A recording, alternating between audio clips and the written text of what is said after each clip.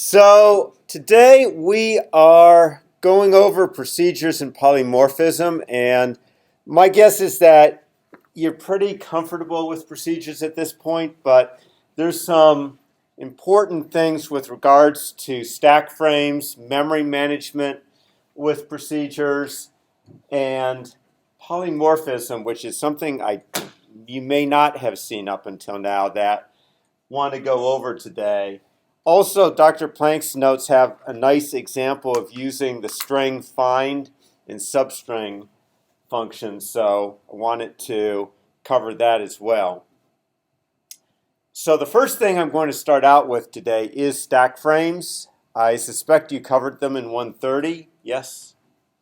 But they are so important, and I find that students coming to my office just don't always seem to get them, that we're going to repeat that here. So what I have on the doc cam is a swap program. So main is reading two values into A and B. It's calling swap on A and B, and then it's printing out the values of A and B. And you can see swap is the classic swap function. It takes two parameters, x and y, assigns x to temp, and then it swaps y and temp. So what happens in the computer is that it is maintaining a stack where it is storing all the local variables. So main has its own portion of the stack, and it has values. So I'm going to start numbering it at 0. Of course, those memory, and I'm not going to bother with trying to say, well, I'll do 4812 for the number of bytes. So we'll put A at location 4, and we'll put A at location 0, B at location 4. And let's say that the values 10 and 20 are read for them. Okay, now we call the swap function. So it gets a stack frame, and we push it onto the stack. And there are going to be things like a return address. So after swap gets called, let's say cout is at location 1000, we would have a return address, and then we would have space for the variables for swap.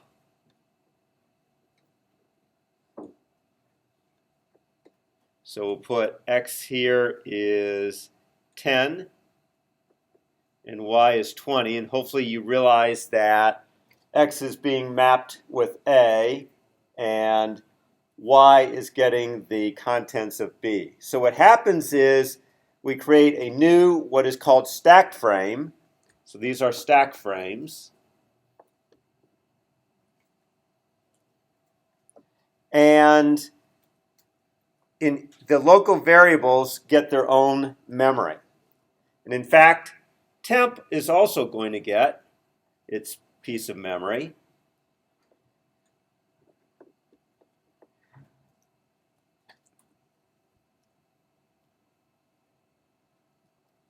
So now we do our computation. We assign x to temp.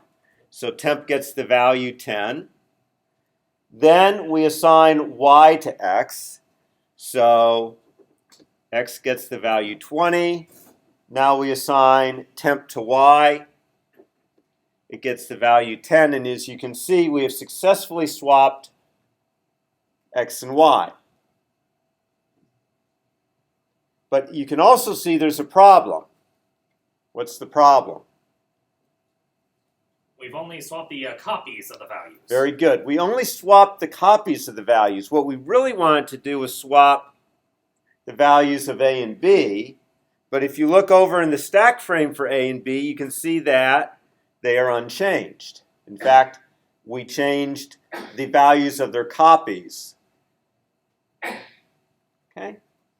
So at this point, we'll talk about what we have to do to change that. But at this point, we come off or return from swap, and it uses this return address 1000 to know where to return to. So it returns here to address 1000 and it prints out A and B. It also pops the stack frame for swap. So whatever was there for X and Y is lost when we pop that stack frame. Okay, so if we were to call swap a second time, it would get completely new values for Y and X. So there's no permanent storage there. As soon as swap returns, the lifetime of its variables is said to end. And they're no longer accessible. They no longer have values. Okay? So the problem was that we really wanted to swap the values of A and B, and that didn't succeed. So does anyone know how we swap A and B? What's the magic elixir, so to speak? Pass by reference. Very good. So what we want to do is put an ampersand in front of our X and Y and turn them into reference parameters.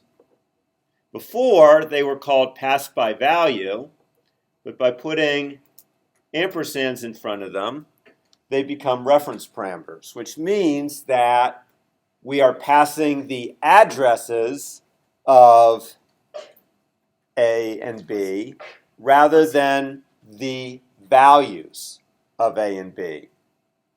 Okay? So now when we call swap,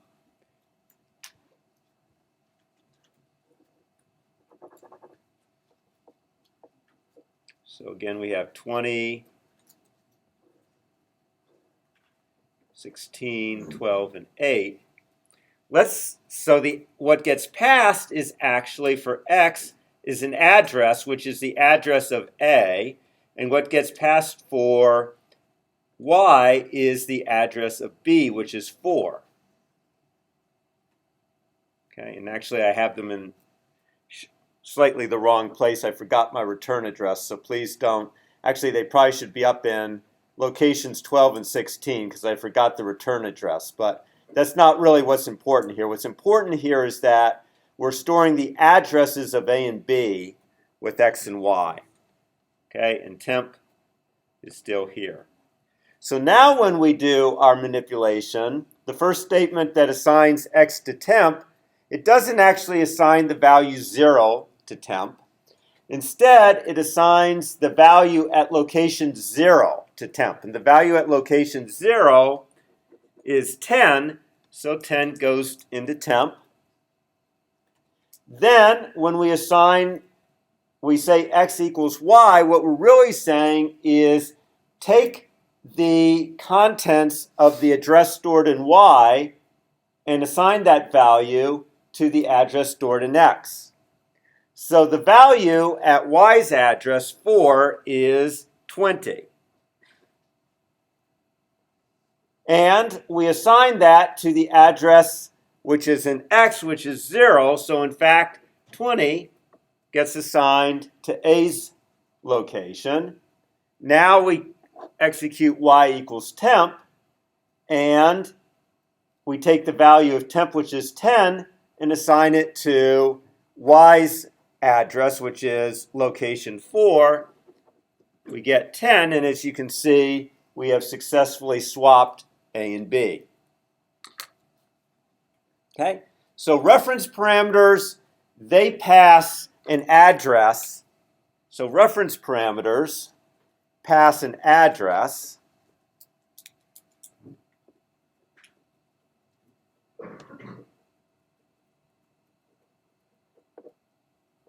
Pass an address to pass the address of an argument to the parameter. Whereas value parameters pass a copy of the argument's value.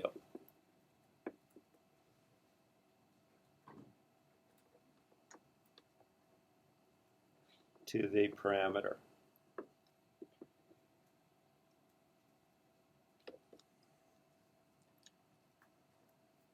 So you're going to need to become comfortable with using reference parameters. Okay, one reason obviously is if we wish to change the value of the argument rather than changing the copy, we need to use the reference parameter. But there's another important reason, and that has to do with the passing of large objects such as strings and vectors. Okay? If I, for example, have a function header that looks like int sum vector int nums. Okay, and in main,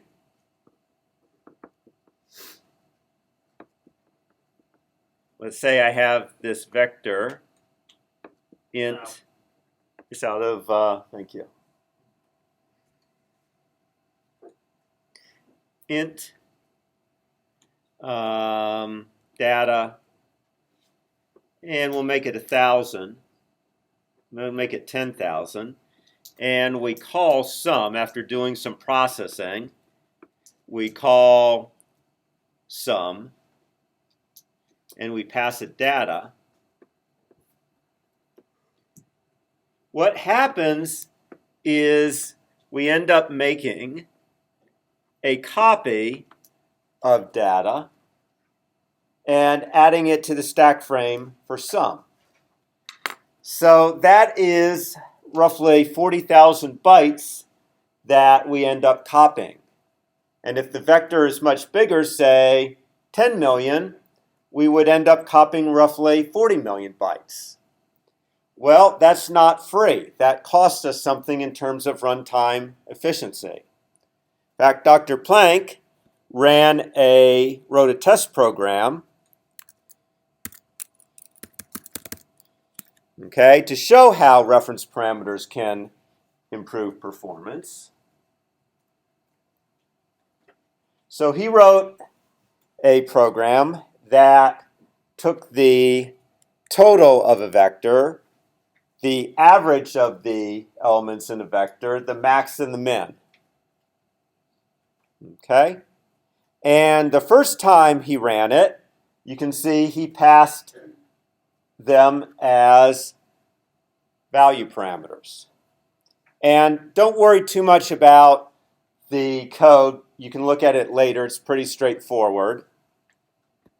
And he had his main simply basically create some random values, and then he called the 4 functions. So don't worry too much about his how he created the random numbers. The important thing is he created a program that did 4 operations on vectors. Okay? So he first created something where he ran and timed it with 50 million elements. The time command times how long it takes to do the execution. So you see it prints out the total values, but what we care about are these numbers at the bottom. So the first number is the amount of CPU time devoted to the process. So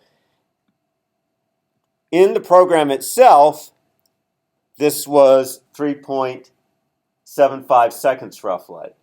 The next number is the amount of operating system time spent on the program. So this could have been time involved with reading information, with printing information, managing the process, so on and so forth.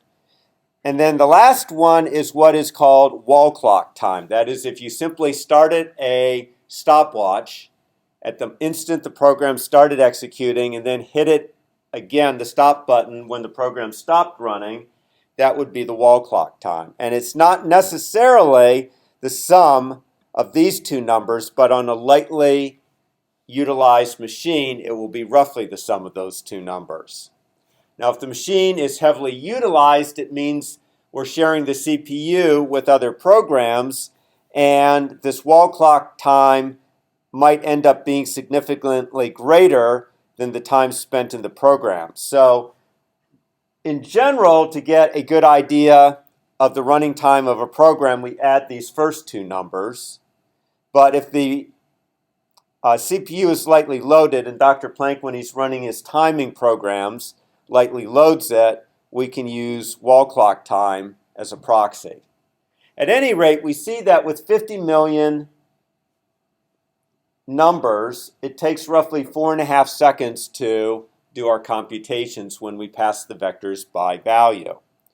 So now he changed the parameters to reference parameters. So now instead of copying those vectors in 200 million bytes, actually these were doubles, so it was 400 million bytes, 8 bytes times 50 million.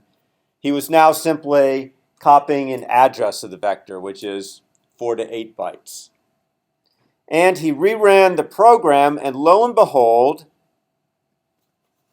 it's roughly 50% faster.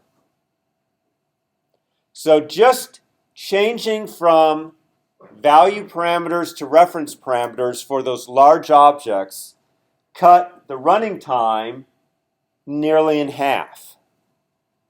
Okay, and if we look at where the savings is, it's 3.76 versus 2.12, and then here it's only about 1/4 on the system time.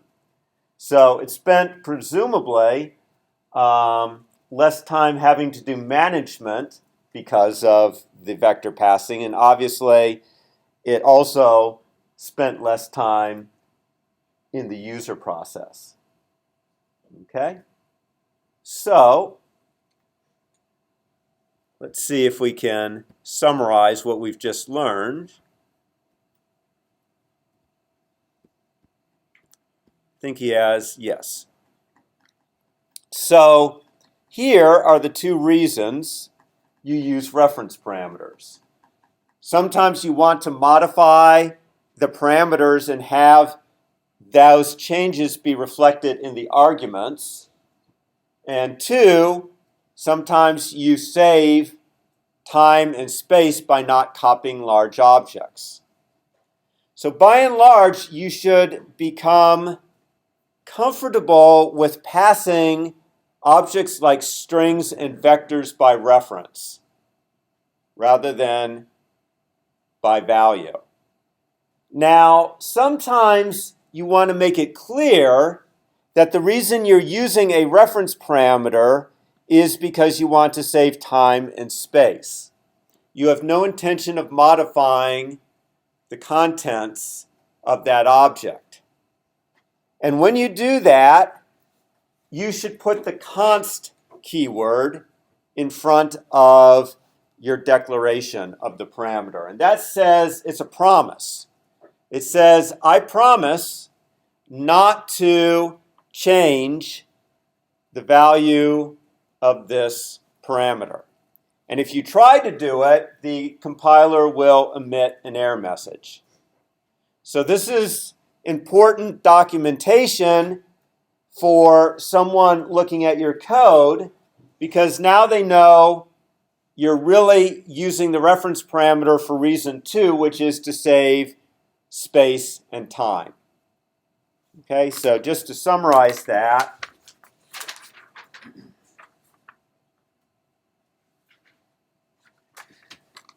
so if you use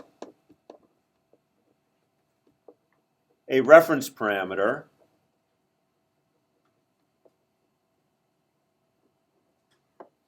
to avoid copying an object,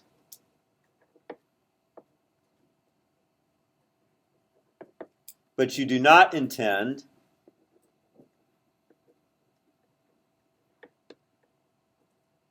to change the object's contents,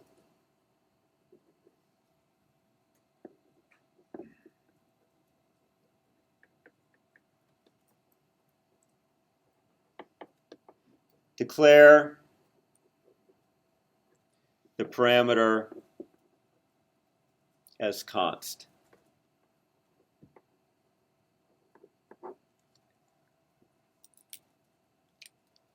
Okay, so it's good for documentation.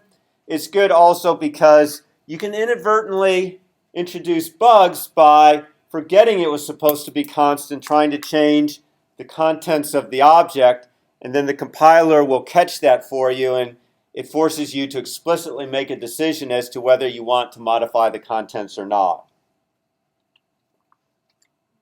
Okay, so questions about reference parameters or why you should be using them. Okay, it's easy to forget to use them because if you forget to put the ampersand in front and you're simply trying to save space, the program still seems to run correctly. And it still does run correctly. And with the size of the programs we use in this course, it probably doesn't matter whether you use a reference parameter or not. But we want you to get in the habit of using them. Okay. So, in that case, moving on, we have a notion of polymorphism. So, polymorphism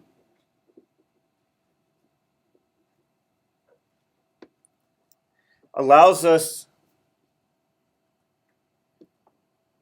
to declare multiple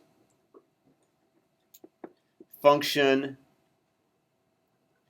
prototypes with the same function name and return value.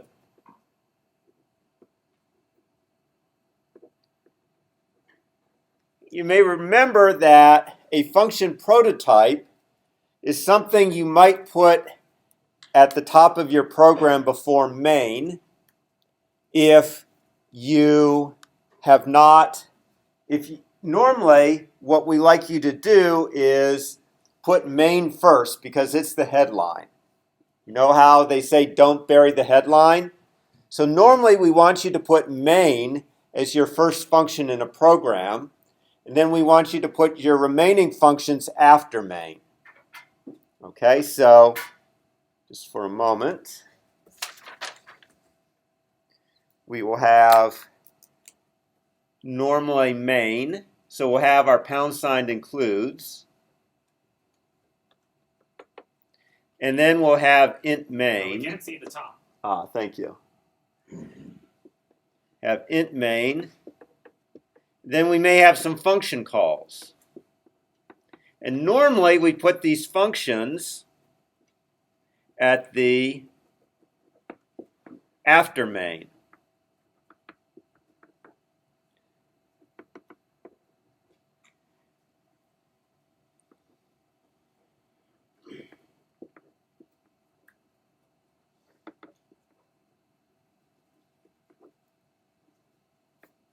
And I'm following my own good advice of passing that string as a const.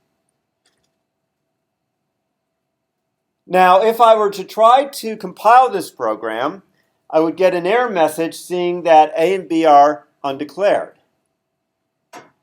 Because at the time that I try to call A and B, the compiler has not seen the function definitions for A and B because they're tucked under main. So in order to stop the compiler from complaining, we could do one of two things. We could move the function definitions before main. But that defeats the purpose of having main at the top of our program where it is the headline. So instead, what we want you to do is declare what are called function prototypes. So up here, you would have void a int x, and then a semicolon, double b, const string, ampersand name. Okay, so these are called function prototypes. I'm abbreviating function as FCT. Okay, they don't have the function definition. The function definition goes down here after main. We just, in effect, put the function header. So the function prototype is essentially a function header. Okay, it's the return type, the name of the function, and enumeration of its parameters.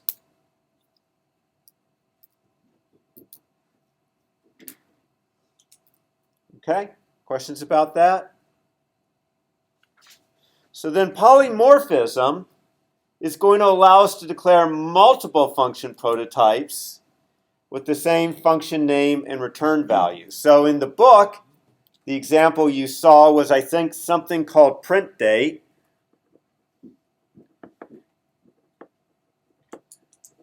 And if I'm not mistaken, it took something like a int year, an int month,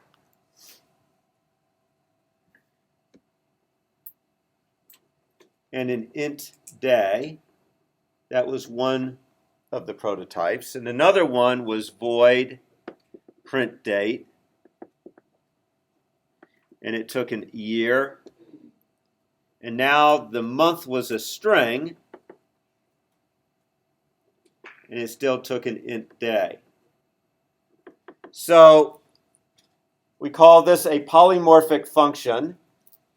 Generally, it has to be unambiguous to the compiler as to the compiler needs to be able to unambiguously distinguish between two declarations. So that means that either when you compare two declarations of the function, they either have different numbers of parameters or at least one pair of parameters differs in type. So when you compare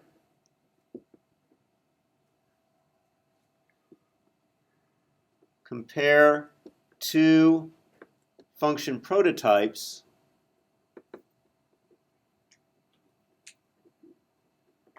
they must differ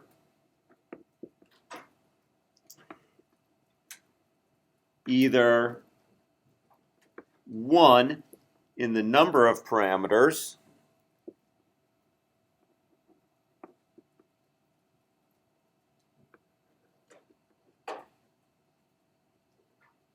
or two, at least one pair of parameters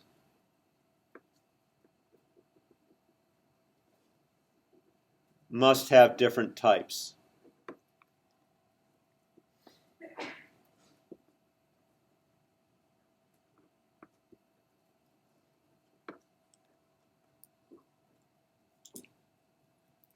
Okay? So that means that when you call the function, the compiler can unambiguously determine which function you're referring to. Now notice that same function name and return value. So I'm not allowed to change the return value or the function name. So polymorphic function, same function name, same return value. Different numbers of parameters or different types of parameters.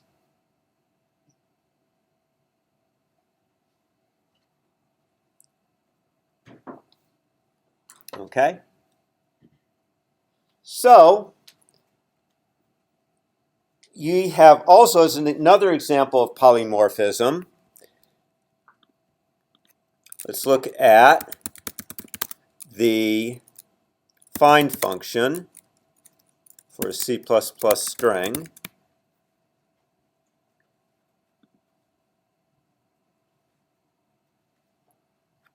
And move back over here. So you can see that the find function for a string has 6 different, actually it has 7 possible prototypes. So there's several different functions for them. You have ones with basic C++ strings. These are the first 2. You have ones with char stars, which are C-style strings. And you have character, single character. So these last 2 are single characters. Okay? And understand that these look very similar, except that this is declared to have no exception. This is declared not to have no exception. So it's subtle. And what I really wanted to point out was here, it was taking a char as the first parameter. Here it was taking a C-style string. And here it was taking a C++ style string. And in all cases, actually that's not true. Here, it's also taking an optional parameter that you can provide a default value for. So you don't have to start the find at location 0. You can start it anywhere you want in the string. By default, the starting position is 0, but you could start in the middle of the string if you wanted. So this is a optional parameter, and you saw those optional parameters in the reading today. They go at the end of the function declaration, and they have a default value. Now you see here for the C-style string, that position is not optional, and that's because there is a third argument after that, the count argument, and I would actually have to, let's see, finds the first substring equal to the range s to s plus count. We won't worry about it. Basically, I just want you to see that this is another example of having multiple declarations for a function. In this case, find can be done with a C++ string, a C-style string, or a character.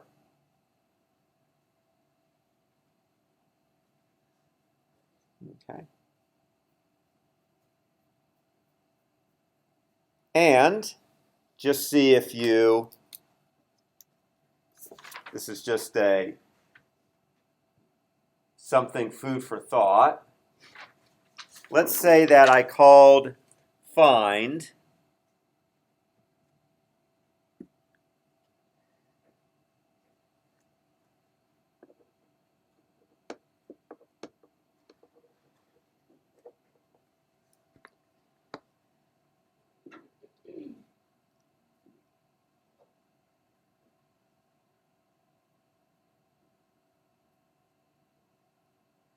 actually just a second.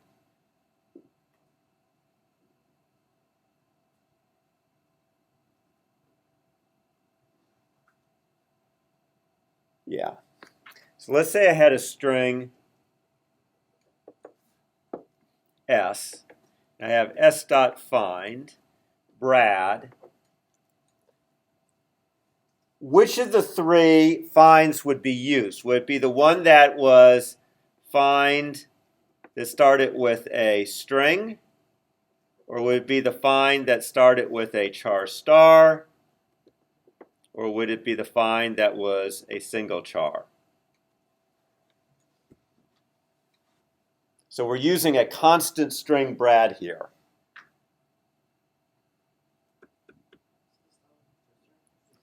Pardon? Let's take a vote. How many vote for? Sorry, I'm glad. Yeah, I just want to get everyone. So how many think it is the C style string? Come on, be bold.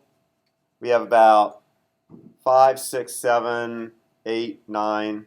Okay, we'll say about 9. How many think it's char star? You're voting twice. Oh, that yeah. Come on, char stars. Come on, we only have 9 votes. Okay, and char. A lot of reticence here, a lot of abstentions. It's a char star, should be a char star.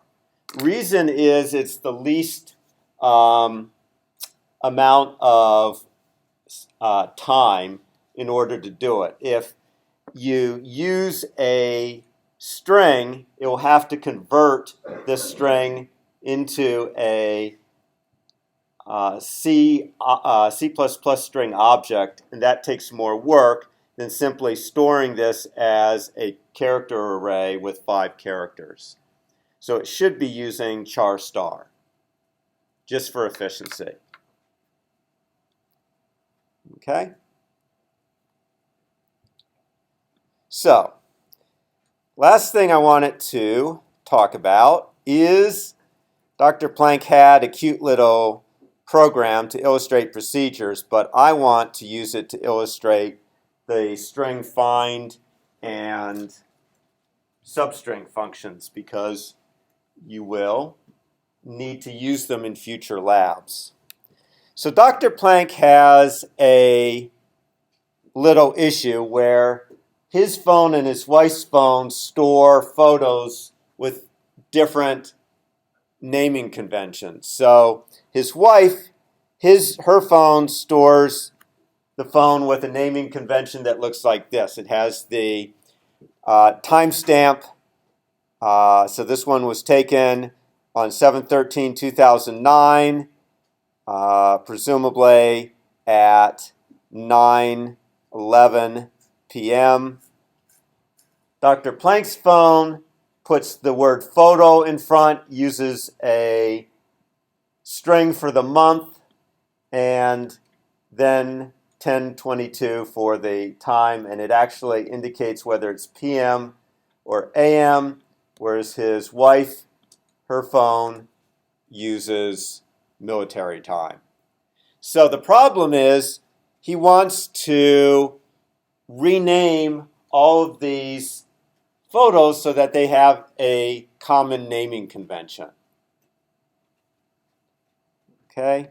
So in particular, he is going to basically rewrite all of the names produced by his phone so that they look like the names produced by his wife's phone.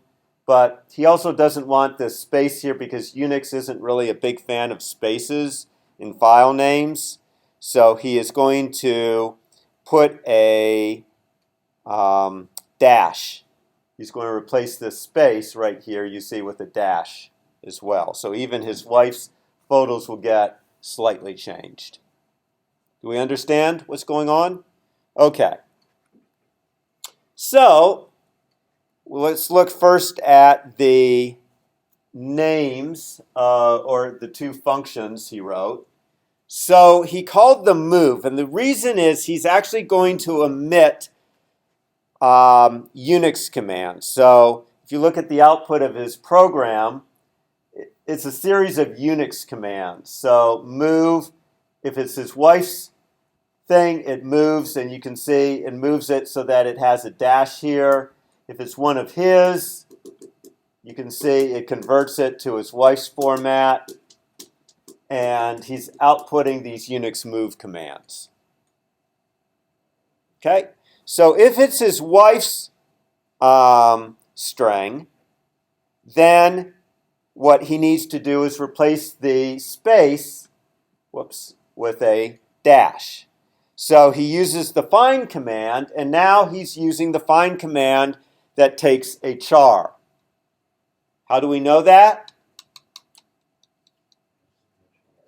Because he's using single parentheses, not parentheses, single apostrophes. So that's a char.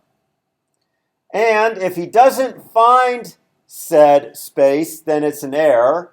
So he does an fprintf, and that stands for a file printf.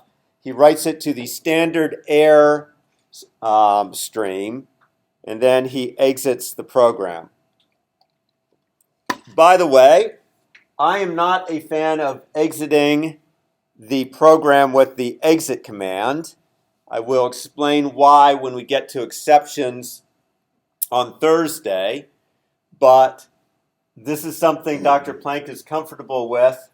In general, like I said, there's reasons not to use the exit command. Instead, to throw an exception up to main, which Dr. Planck doesn't like, but there's reasons why you throw an exception up to main in this case and then exit the program. Any rate, for the time being, exit is fine.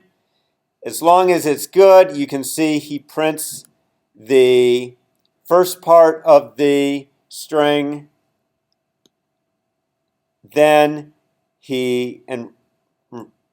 because he's using printf, he is calling .c_string to get the C style string. Then he is setting the index that we found for I, he's setting it to the dash, and he is printing out the string a second time. You're thinking, wow, that looks funny. But that's because he's moving the original string to this new string. So that's why he's seemingly printing it twice. He really is. Okay, now there's this little matter of he didn't pass it by reference. Okay? It might be that he does not want to modify the original argument, because notice right here, he is modifying that argument or that parameter. So if he really does not want the original argument changed, then he does need to pass it as he did here by value. If he doesn't care about the fact that it's changing, then he could have passed it by reference. Okay? Now the more interesting function is the one where he has the strings that start with photo. Okay? So if you look, it has photo, then the month, then the day, then a comma, then it's hours, minutes, seconds, AM or PM, and then the .jpg. So he stuffs the string into a stream. Then this P is gobbling up the photo, then month, day. Now he has to gobble the comma because he can't get it to be ignored. The only way to ignore it is to gobble it up. Hour, minute, second, and then whether it's AM or PM. Notice that he doesn't bother to read the .jpg, although he has. So if you look up here, when he reads the AM or PM, he's actually reading in the .jpg with it. Okay, so one thing that he has to do later is he needs to determine, using the substring function, whether he's looking at AM or PM, because the rest of the AM/PM string is a .jpg. So if you looked at what that string in AM/PM looks like, it's going to look like either AM.jpg or PM.jpg. So what he wants to do is just look at the first two characters.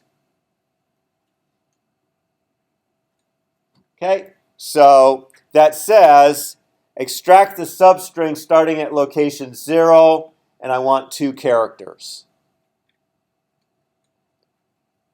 Okay, so if that's equal to PM, he adds 12 to the hour to convert it to military time. Okay, also in this case, this is very kludgy. He only has to worry about whether it's July or August. If you look at his data, it's either August or July. This is a bit of a kludge. Normally, he'd have to check for all of the months, but if the month is July, he sets M to 7. Otherwise, he sets it to 8. Have you all seen this style of if-then-else before, or is this new to you? New? Okay. So this is a form of an if-then-else. And the form is a condition, question mark, this is the true expression, colon, else expression. Okay, so that's the general syntax, and it returns, this whole thing returns a value. So this really is an expression, and this is a Boolean condition. It returns a Boolean. So the condition returns a Boolean, true or false. Okay, so here in his thing, the condition is the month equal to July? And normally you put the condition in parentheses, even though the question mark should tell the compiler where the condition ends. It's normal to put the condition in parentheses. So if the month is equal to July, the expression is 7, so the value of the conditional is 7. Otherwise, the value of the conditional is 8. Okay, it's always written on one line like this. Both the true and else parts must return a value, and they must be a single statement. You can't have them be, for example, a block of code. Okay, it would not be legal, for example, to try to say equals some condition and then try to put braces and say A equals B plus C, A. Okay, that would be illegal. You get one statement and it has to return a value. Okay, so writing A equals B plus C isn't legal either. You have to just, in this case, B plus C would be legal. Or having A, that would be legal. It has to be an expression, something that returns a value. Okay, so those are the two conversions he has to do. Then he does his move statement, and you can see that he is setting up his string so that it is formatted to be just like his wife's strings.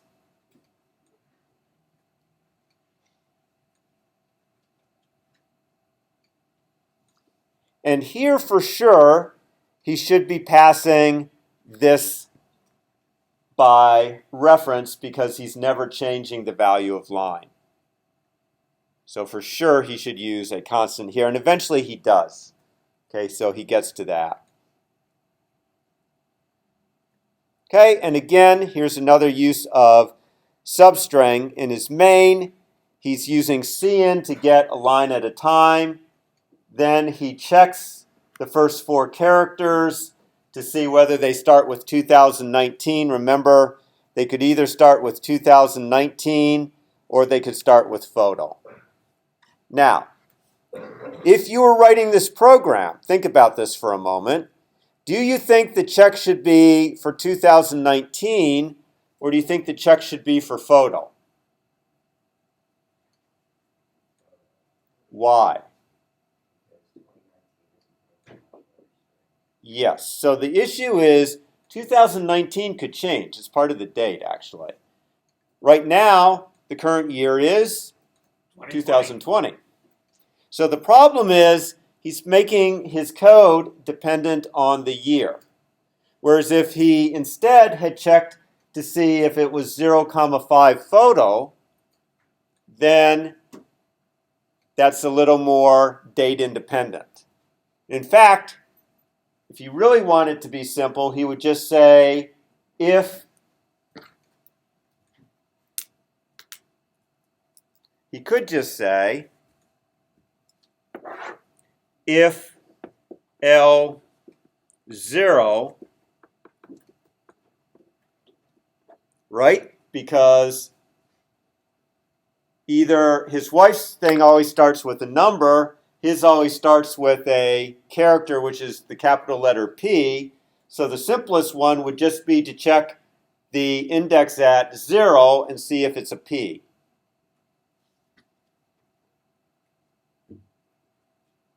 Okay. Anyhow, this is another good example of the use of the substring command. So any questions about that? So you got to see the use of both find and substring again. Okay, and I think, yep, eventually he does also talk about reference parameters versus regular parameters, and he talks about how he probably should have passed this as a reference parameter, but he couldn't use const. The reason he couldn't use const was because he was changing that to a dash, and that he could, with move photo, since he didn't change line, he could declare it as const. Okay.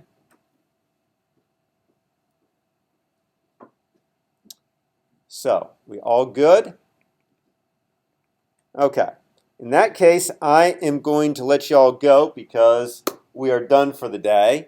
Feel free. I could make you do a challenge problem now, but I figure you can do that after class as well.